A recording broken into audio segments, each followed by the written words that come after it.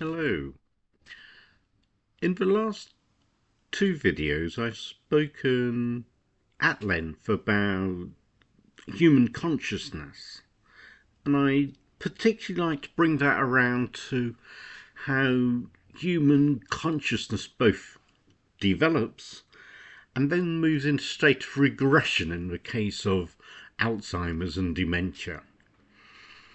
Because it seems apparent that the degradation in cognitive ability in Alzheimer's is largely linked to a failure of the psycho-perceptual recall memory system, whereby basic cognition as viewed through the senses of sight, sound, touch.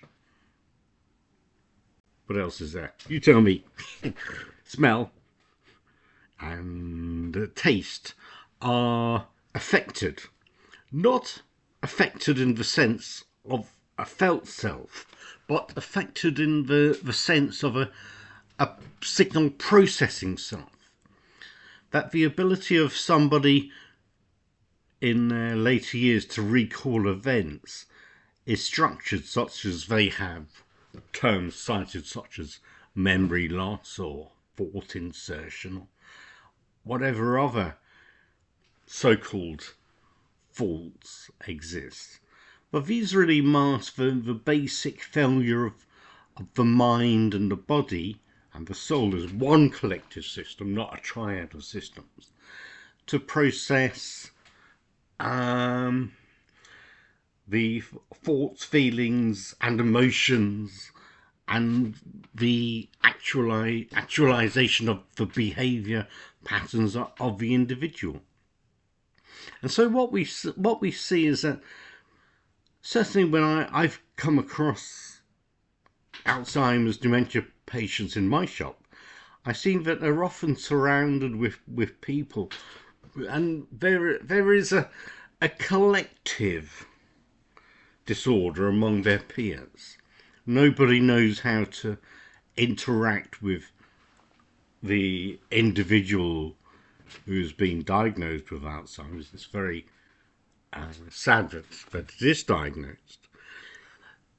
But the process by which people either recover, prevent, partially recover, or find alternative coping strategies isn't well drafted, mainly it seems to me because the whole profession of caring and treatment is built up about an old archaic function which don't understand the signal processing and the recall and memory aspects of cognitive performance and cognitive affective behavior structures.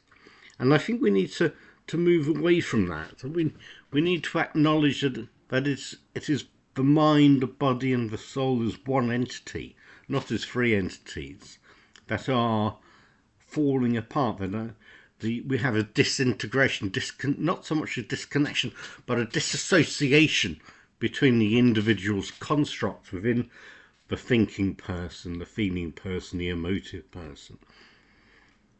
And as I've spoken previously in my other lectures, human consciousness is a spatio-temporal affective structure that emotions and feelings and thoughts can be viewed in a rather narrow sense as a process of quanta interactions with the mind and the mind and the body and the soul through the collective thinking thought process, through the collective feeling, touch, emotion process.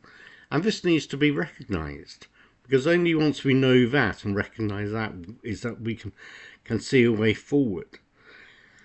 Now, I have no cure. I really don't have any idea of a solution. But I do know that we need to think differently. That our thinking is structured in a rather primitive, what I call a primordial brain structure. And we need to move forward, and maybe over the course of the next few months, few years, I will endeavour to structure something. I'd like to put forward some ideas from the Reverend, not that I'm particularly Christian, he says with a Christian Catholic lilt, the Reverend Dr. Lin, and see if we can formulate a better structure for organising our systems of cognitive interpretation. That'll be me. Bye for now.